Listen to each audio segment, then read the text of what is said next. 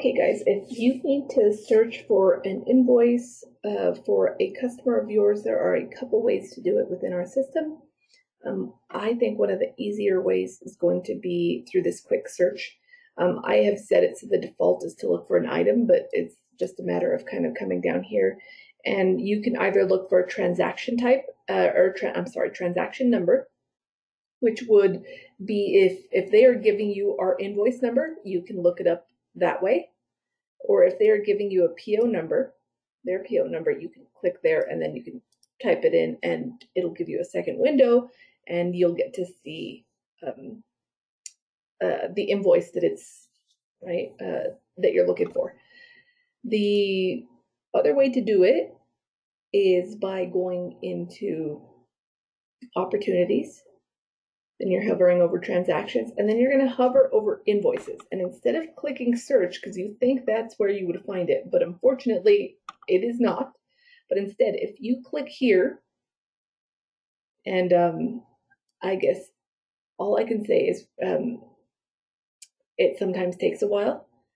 The reason it didn't is because generally the default, the first time you guys do this, it's gonna go to all, which means it's gonna take a very long time. And I have Mark's name here because we are still in the sandbox, the beta testing, and so he's one of the few who has test invoices out there. So we don't have a bunch of stuff under your guys' names. But what you're going to want to do is actually come here, and you can either pick your name or there's an option up here that just says mine. So if I were to click mine, I have nothing. So mine is significantly less exciting. But anyway, you can come in through here and look at, we're going to come back to Mark's because he actually has some data on it. So here you can do a few things, right? We're looking at invoice type, and if it's an unpaid, so if it's still open, that one you don't need. So let's say we only want to look at open ones. So we don't want to look at anything that's been paid in full. So you'll see it updated it here. And then we can have these are some of our filters. And so you can look through your customers through here, right? The additional thing you guys can do is, let's take one of these guys, rack distributors. So I'm going to actually come up here. And if you search for this customer,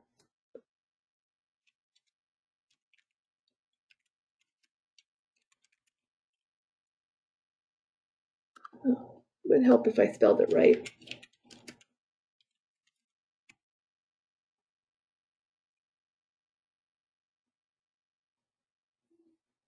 Huh. How about this?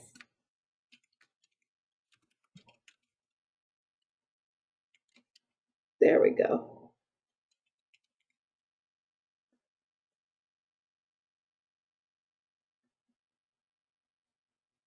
If I come through here and I pick one of these customers, so you can come into the customer's actual profile, and you can come into their sales, and it's going to load for you if this customer has any history in there.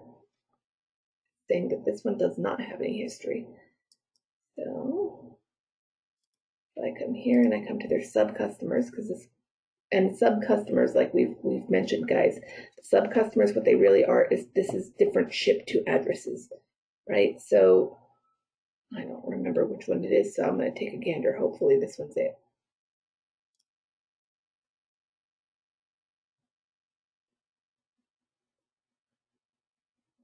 Okay, and I'm going to come in here to sales, and hopefully it pulls it up for me. But so long as you have the right record, it'll actually tell you all of the sales that are associated with this particular customer. But I have the wrong one, so that's great.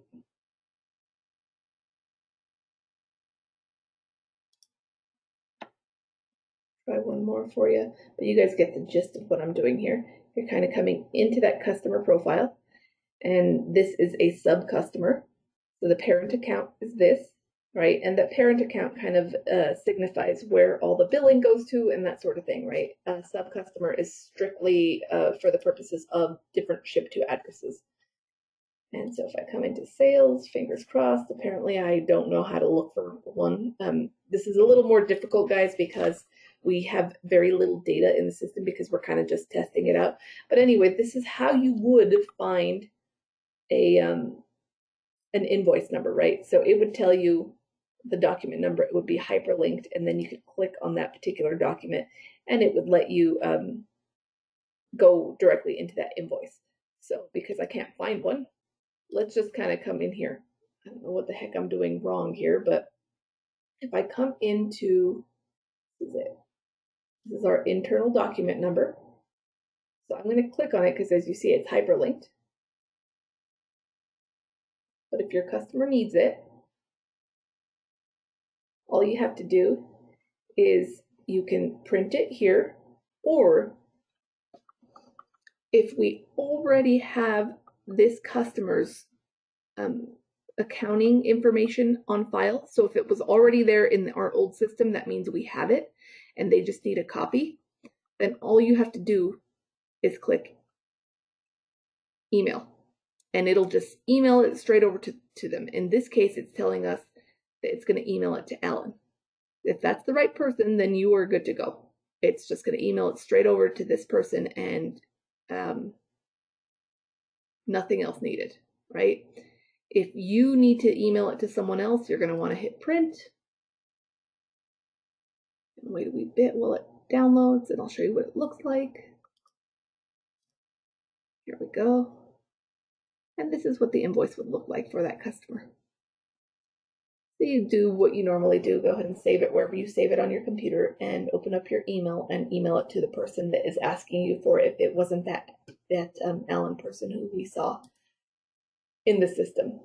So hopefully that's everything you guys need, but you can also click PDF through here, and that would actually just create a PDF that you would then choose who you want to email it to if you have that contact information within the system. So yeah, it's as easy as that. I say that knowing that me trying to show you guys this was not very successful because we just simply don't have data in the system. We have just a couple things to kind of test off of. But as we continue to go through this, guys, I think once the data's in there, it's going to be much easier. So bear with us, but if you need any help with anything, please feel free to reach out to me. I'm at your beck and call as we continue this integration. So reach out if there's anything I can do for you. Thanks, guys.